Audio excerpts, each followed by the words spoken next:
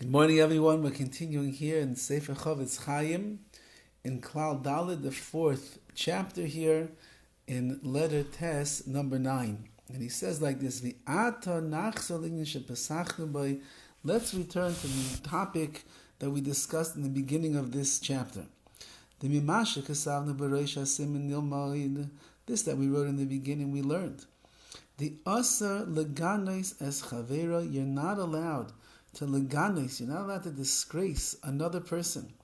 L'saper alav middos hamagunos sheyesh lai. If you see that he has bad middos, bad character traits, you're not allowed to talk about them.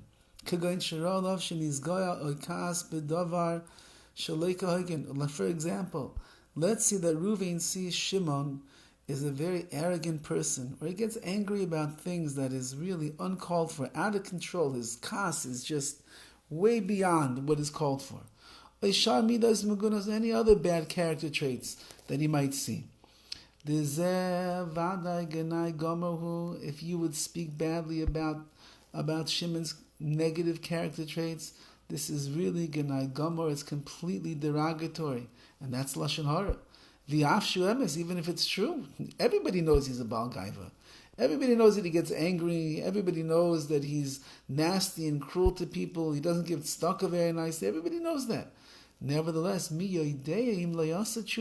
you know that Shimon has not yet done tshuva by the time that you're opening your mouth and saying these words of Lashon Hara? Maybe if finally he realized he's behaving in the wrong way. His heart really is bitter and in pain over the fact that he has such bad midos, such terrible character traits. Even if Reuven would see that Shimon he sees that it's just natural. He acts in this bad way all the time. And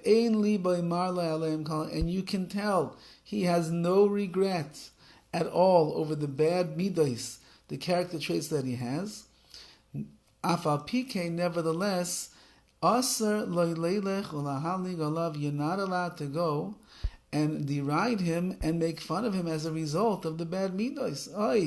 You'd say, Shimon, you are such a Baal Gaiva. How does your hat fit on your head? You've got the biggest head in the world. How do you deal with all this anger that you have over here? You're like a dragon with fire coming out of your nose. You're not allowed to do this. Because maybe Shimon does not realize the severity of the sin of having bad midos. Because the truth of the matter is, we see by many people, even people that are great in the Torah knowledge, that what? They don't realize how severe having bad midos are. And they don't realize that it's a terrible sin for a person to be embedded with bad character traits. The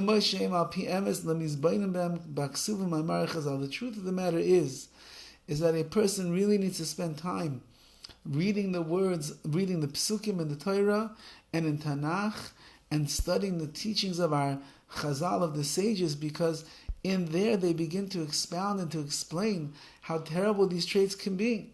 Rather,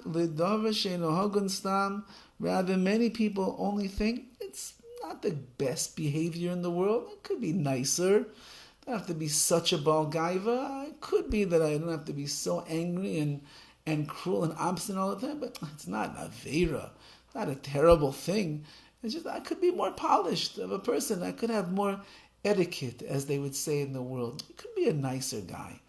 So says the CHOFETZ CHAIM, you have to realize that there's many people who unfortunately don't realize that having good midos and eradicating the bad midos doesn't just make you a nice guy.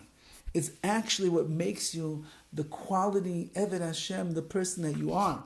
And therefore the Torah speaks in very strong language about the bad midos, the bad character traits that a person must work on eradicating from their life.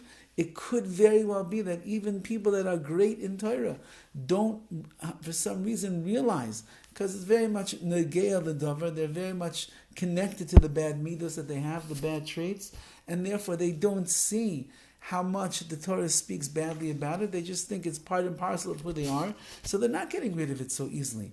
Therefore, says the CHOFETZ Chaim, be very cautious. You see somebody has bad middos, they misbehave, they don't act in the right way, they don't treat others properly.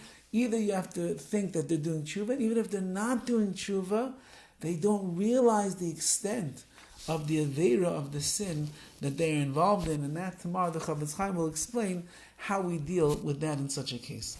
Have a wonderful day.